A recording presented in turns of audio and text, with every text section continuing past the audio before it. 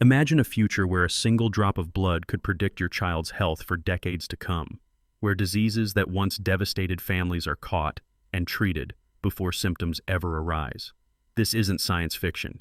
It's happening right now in the United Kingdom, as the country launches one of the most ambitious genomics programs in human history. But behind the dazzling promise of DNA-driven healthcare, massive investments, and cutting-edge AI, a storm of ethical, economic, and social dilemmas is brewing. Could this bold experiment unlock a new era of medicine, or open a Pandora's box we're not ready to close? Over the past decade, genomics has moved from the realm of labs and academics straight into the heart of the healthcare mainstream.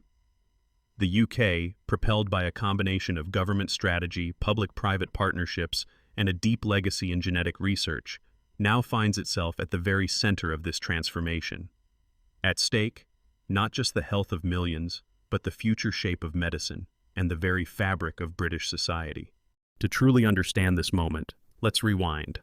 The Human Genome Project in the 1990s was humanity's first grand foray into decoding our own biological instruction manual.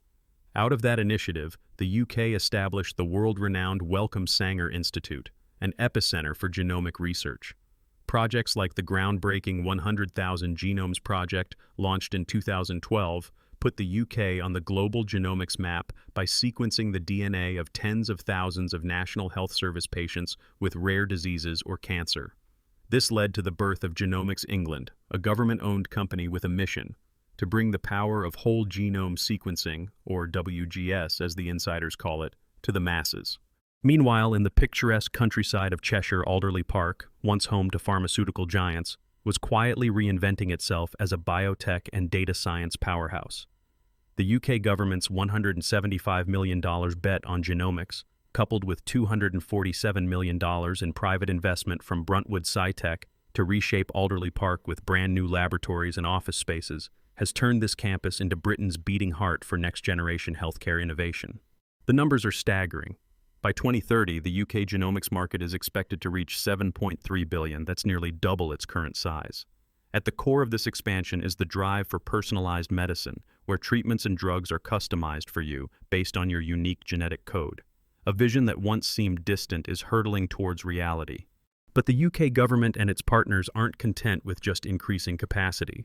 As Chris Wigley, CEO of Genomics England, put it, "Our alliance with Revity is the rocket fuel propelling the generation study forward, bringing the life-altering benefits of genomic medicine to newborns across the UK." So what is the generation study exactly? Simply put, it's a national experiment that could reshape newborn care for an entire generation. Genomics England and the NHS, together with companies like Revity, aim to screen up to 100,000 newborns using whole genome sequencing. That means not just testing for the handful of rare conditions on the current newborn blood spot test, but screening for over 200 rare genetic disorders, some of which don't show symptoms until months, even years later. It's not just about early diagnosis. As patient advocate Kay Parkinson explains, early genomic screening isn't just about ticking boxes. It's about handing families the keys to knowledge, empowering them to chart the best course for their children's health. The hope is to catch conditions before they cause irreversible harm, to guide families through challenging decisions, and ultimately to lower healthcare costs through smarter, faster intervention. In parallel, Genomics England is piloting rapid whole genome sequencing for critically ill infants, slashing diagnosis times from weeks to just days, a potential lifesaver for the most vulnerable patients. Zooming out, the UK's genomics push is also about global leadership. According to Steve Bates, OBE, head of the Bioindustry Association, the UK's genomics sector is not just surviving, it's thriving. But to truly dominate the global stage, we need sustained investment and unwavering support to empower our SMEs to scale new heights. For the government, the benefits seem irresistible. A chance to revolutionize the NHS, support the burgeoning biotech sector, and put Britain at the forefront of scientific innovation. The Life Sciences Industrial Strategy, a blueprint to keep the UK competitive post-Brexit, has genomics at its core. The NHS is not just a patient care provider, it's becoming a data engine, with millions of volunteer genomes feeding into massive research projects like Our Future Health. The ultimate goal? To one day offer every Briton the power of personalized predictive healthcare. But such ambition doesn't come without risk or controversy. Let's be clear. Integrating comprehensive genomic screening into routine newborn care is not a simple technological upgrade. It's a moral and logistical tightrope walk, with staggering implications for medicine, privacy, and society. First, the practical challenges. Sequencing an entire genome, essentially reading every letter of a newborn's DNA code, isn't cheap. The technology is improving, but the cost is still measured in hundreds of pounds per baby. Multiply that by 100,000, and you see the price tag. The public and private investments in Alderley Park and elsewhere are intended to bring these costs down, but the economics remain daunting. Then, there's the question of what to do with the staggering amounts of data produced. Each genome is over 100 gigabytes of raw data. Secure storage, analysis, and transfer require world-class infrastructure and sophisticated AI algorithms, raising the stakes for cybersecurity, as medical data is among the most valuable and vulnerable information in the world. And that's before we even touch on the regulatory and ethical minefields. As Dr. Anna Middleton of the Wellcome Genome Campus warns, to truly weave genomics into the fabric of healthcare, we need public engagement and unwavering trust. That means candid conversations about both the dazzling potential and the lurking risks. What are those risks? First, data privacy. Each genome is unique, and it's forever. Once collected, whose property is it? Who gets access? Could insurers, employers, or even law enforcement exploit this data? Britain has some of the strictest data protection laws globally, but the scale and sensitivity of genomic information is unprecedented. Then, ethical challenges. If a baby is identified as having a gene for a condition that might not manifest for decades, or ever, should their parents and doctors be informed? What about conditions with no known treatment? Could knowing the risks actually cause harm by shadowing a child's future or even leading to discrimination? There's also the specter of algorithmic bias. As the NHS begins to roll out AI-powered analysis tools, the risk grows that biases baked into the data or the technology could skew results, exacerbating health inequalities rather than solving them. Dido Harding, former head of NHS Improvement, cautions, "Genomics holds the master key to unlocking a healthcare revolution, but we must ensure that access is equitable and ethical considerations are not mere afterthoughts, but central pillars." And the biggest question of all, will this brave new approach actually benefit every Briton equally? Or are the advances in personalized medicine destined to be the privilege of the few, those in the right postcode with the right background or the ability to pay for the very cutting-edge care? Already, debates are simmering in Parliament and among advocacy groups. Should participation in newborn genome sequencing be opt-in or opt-out? How is truly informed consent possible when describing risks that may play out a lifetime from now? And how can the NHS, already stretched thin, promise the same quality of follow-up care across the nation? Sir John Bell of Oxford University sums up the complexity with excitement and caution. The convergence of genomics, artificial intelligence, and colossal datasets is birthing unprecedented opportunities for drug discovery and personalized medicine right here in the UK. But, he warns, it's a path covered with as many ethical obstacles as scientific breakthroughs. As the Generation study prepares to sequence its first 100,000 babies, and Alderley Park's laboratories hum with new investments, the world is watching. Will the UK's grand wager on genomics deliver the healthcare revolution it promises? Or will the delicate balance between innovation, ethics, and equity prove too hard to sustain? One thing is certain, the choices made now will echo for generations. As teams sprint to unlock the secrets in our DNA, the next step could tip the scales between hope and hubris. But what happens when unforeseen consequences of this genetic gold rush start to emerge, medically, economically, and socially? And who, if anyone, will be there to call time on this unprecedented experiment before it's too late? Now, as we move past the dazzling headlines and billion-pound investments, let's peer into the future. The UK's plan to screen 100,000 newborns isn't just an experiment in science. It's a seismic shift that could permanently alter the foundations of medicine, society, and even what it means to be human. But with every bold leap forward, shadows follow. What unfolds when the doors to our genetic code are swung wide open, not in a lab, but in the cradle?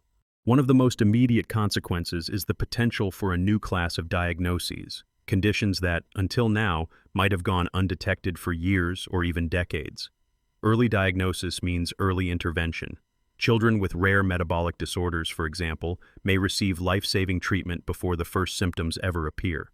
Imagine a world where tragedy is preempted, where knowledge outpaces fate. Kay Parkinson, a passionate patient advocate, captures this hope. Early genomic screening isn't just about ticking boxes. It's about handing families the keys to knowledge, empowering them to chart the best course for their children's health. Yet, this same power brings a host of unintended consequences. What happens when a parent learns that their healthy-looking newborn carries a gene for a disease that may, or may not, manifest in decades to come? Will this foreknowledge offer peace of mind, or awaken a new kind of anxiety and uncertainty?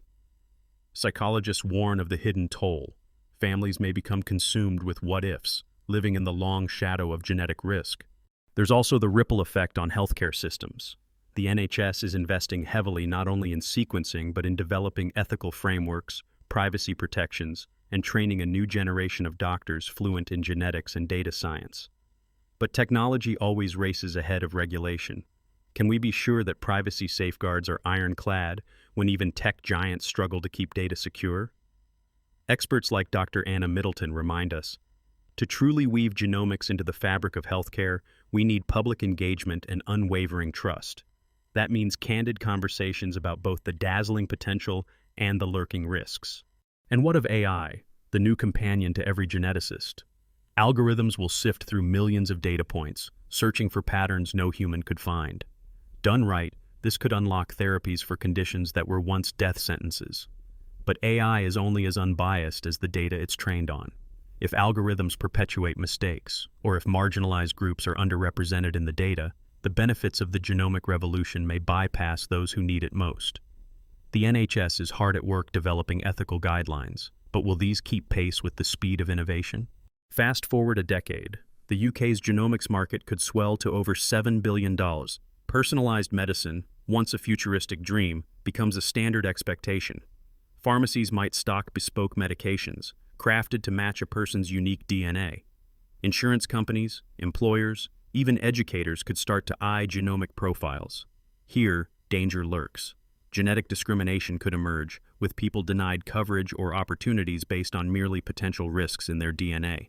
Regulatory bodies are scrambling to keep up. The NHS, Genomics England, and new collaborations with companies like Revity are setting global precedents for data stewardship and clinical intervention. Yet public oversight remains patchy. Who will hold these organizations to account if things go wrong? Steve Bates from the Bioindustry Association says, the UK's genomics sector is not just surviving, it's thriving. But to truly dominate the global stage, we need sustained investment and unwavering support. But that support must also include scrutiny, citizen participation, watchdog journalism, and robust legal protections. There are economic ripple effects too. The reshaping of Alderley Park into a world-class genomics campus is generating thousands of jobs, drawing top-tier talent from around the world. Small biotech startups are popping up like mushrooms, eager to ride the genomic wave. But as with all booms, there's the risk of bust. What happens if funding dries up, or if a data scandal poisons public trust? The high stakes mean that one bad actor or misstep could set progress back by years. Ethically, the UK's generation study is a test case for the world. If it succeeds, countries across Europe, Asia, and North America will rush to follow. But if it stumbles, if privacy is breached, if inequities grow, if outcomes fail to meet the hype, the backlash could ripple globally. The stakes could not be higher. So with all this swirling possibility and risk, what does it mean for the average viewer, someone not helming a biotech or writing the NHS budget? What practical lessons can we draw as individuals and as a society? First, be informed and engaged. Genomic medicine isn't just a story for scientists and politicians. It's about every family, every future citizen. If you or your loved ones are ever offered genetic screening, ask questions. Find out how your data will be protected, understood, and possibly shared. Demand plain language explanations, not jargon. You have a right to know what's happening with your most personal information. Second, beware the hype and the horror stories. While the promises are real, life-saving diagnoses, tailored treatment, scientific breakthroughs, no technology is a panacea. False positives and uncertain results can cause emotional harm. Not every prediction is a guarantee. It's crucial to balance hope with healthy skepticism. Third, Advocate for ethical, equitable access. Genomic medicine must not become the preserve of the wealthy or well-connected. Support organizations and policies that prioritize access for all, not just the privileged. Dido Harding of NHS Improvement issues a stark reminder. Genomics holds the master key to unlocking a healthcare revolution, but we must ensure that access is equitable and ethical considerations are not mere afterthoughts, but central pillars. Fourth, stay vigilant about privacy.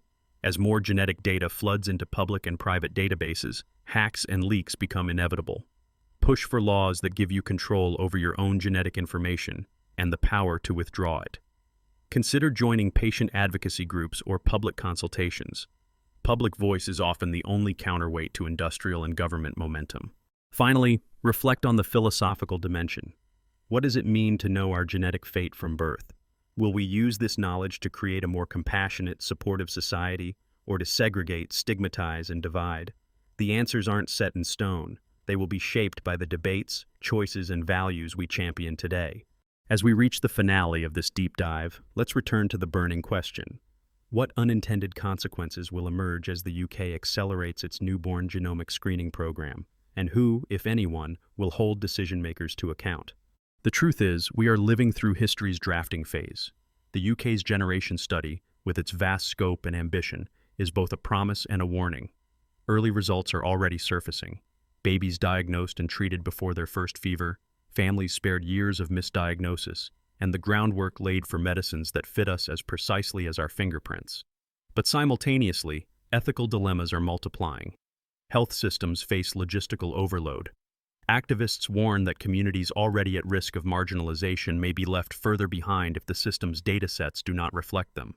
Emerging scandals, like small leaks of anonymized data or disputes over access to discoveries, are inevitable. The headlines will not all be triumphant. Who will hold decision-makers accountable? In the UK, mechanisms are emerging. New regulatory agencies consult the public. Parliamentary committees scrutinize results. NGOs and journalists watchdog the process. But ultimately, it is citizen pressure and vigilance that keep powerful interests honest. The success or failure of genomic medicine will depend less on algorithms and more on the structures of trust, transparency, and ethical resolve surrounding it. The lesson? The future is never inevitable. It is built by those who demand answers, challenge authority, and insist that technological revolutions serve everyone, not just insiders. And here's a secret fact most people don't realize. The data now being gathered from the generation study won't just inform newborn screening. Scientists are already using it to pilot treatments and prevention strategies for adults too, meaning decisions made today for infants will ripple out to everyone, young and old, for decades to come. In other words, this isn't just about newborns. It's about the future of medicine for all of us. So here's your call to action. Stay curious, stay informed. Demand transparency, ethics, and equity from your health service, your government, and the businesses vying for a piece of this revolution. Share this video with friends and family so more people can join the conversation. And ask yourself, what kind of world do we want?